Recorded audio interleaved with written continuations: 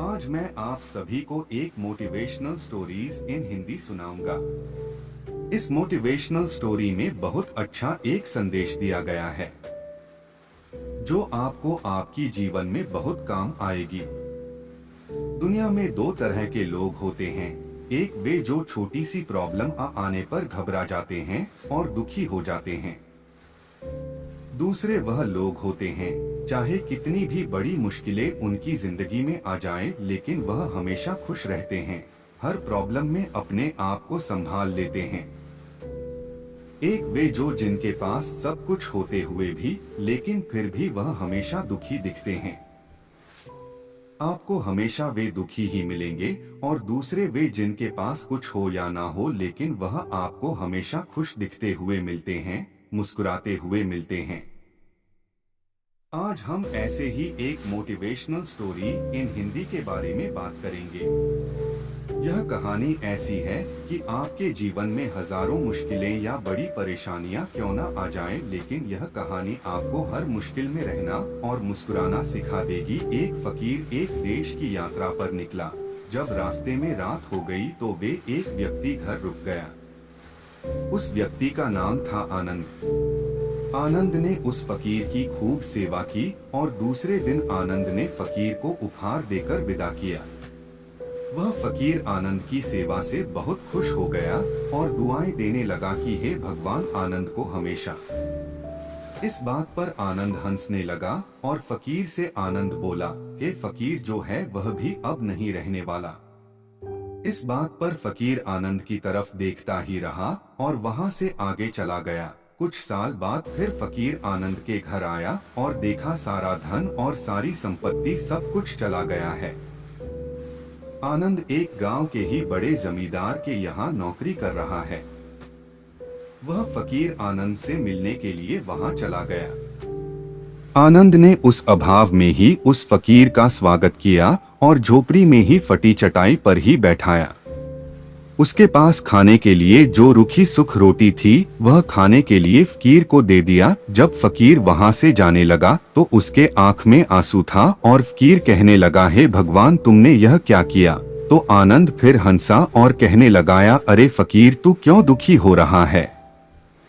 ईश्वर हमें जिस हाल में भी रखे हमें हमेशा खुश रहना चाहिए, उसे धन्यवाद देना चाहिए। समय सदा बदलता रहता है और इतना ही नहीं, यह भी नहीं रहने वाला है। इस पर फकीर सोचने लगा कि मैं तो। कुछ साल बाद फकीर फिर से यात्रा पर निकला और आनंद से मिला और देखा तो देखता ही रह गया, क्योंकि सब कुछ बदल चुका था। आनंद अब जमींदारों का जमींदार बन चुका था। उसे मालूम हुआ आनंद जिस जमींदार के यहाँ नौकरी कर रहा था उसकी कोई संतान नहीं थी और अपनी सारी संपत्ति और जायदाद आनंद को दे दी।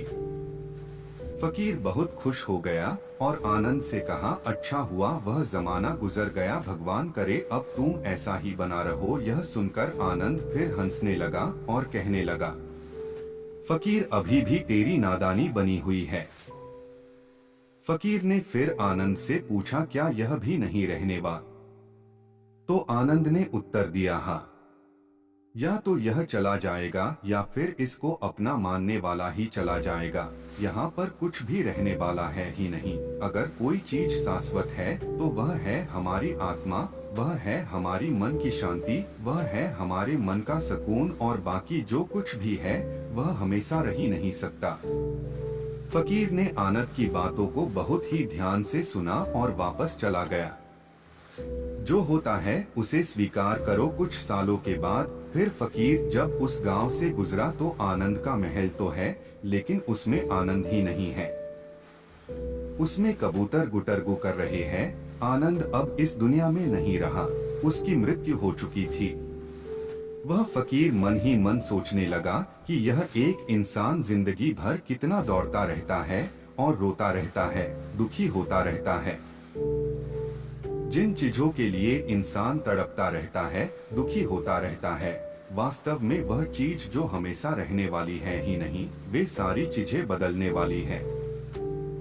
यह कहानी यह शिक्षा देती है कि हमारे जिंदगी में जब भी कोई मुश्किल, तकलीफ या दुख आए तो हमें यह सोचना चाहिए कि जिंदगी में इससे पहले मुश्किलें या उलझने आई तो क्या वे हमेशा रुकी रही। जैसे सारी मुश्किलें आकर चली गई वैसे ही यह भी मुश्किल चली जाएगी, यह भी हमेशा रहने वाली नहीं है।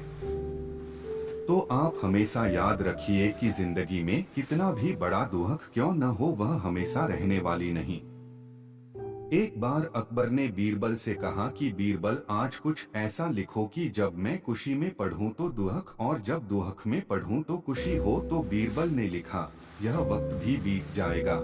ये एक ऐसा वाक्य है, जब इसे खुशी में पढ़ेंगे तो दुख होगा और दुख में पढ़ेंगे तो खुशी होगा। मुझे उम्मीद है कि आप सभी को आज का यह कहानी बहुत पसंद आया होगा। यदि पसंद आया हो तो कृपया आप इस कहानी को सबके साथ में शेयर जरूर करें। बहुत बहुत धन्यवाद। हमारे चैनल में आपका स्वागत है। हमारी वीडियो पसंद आई तो प्लीज सब्सक्राइब करें और लाइक करें, कमेंट करें और शेयर करें। आपका बहुत बहुत धन्यवाद। हमारे चैनल पर आपको मोटिवेशनल वीडियो मिलती रहेगी। श्रीकांता जी।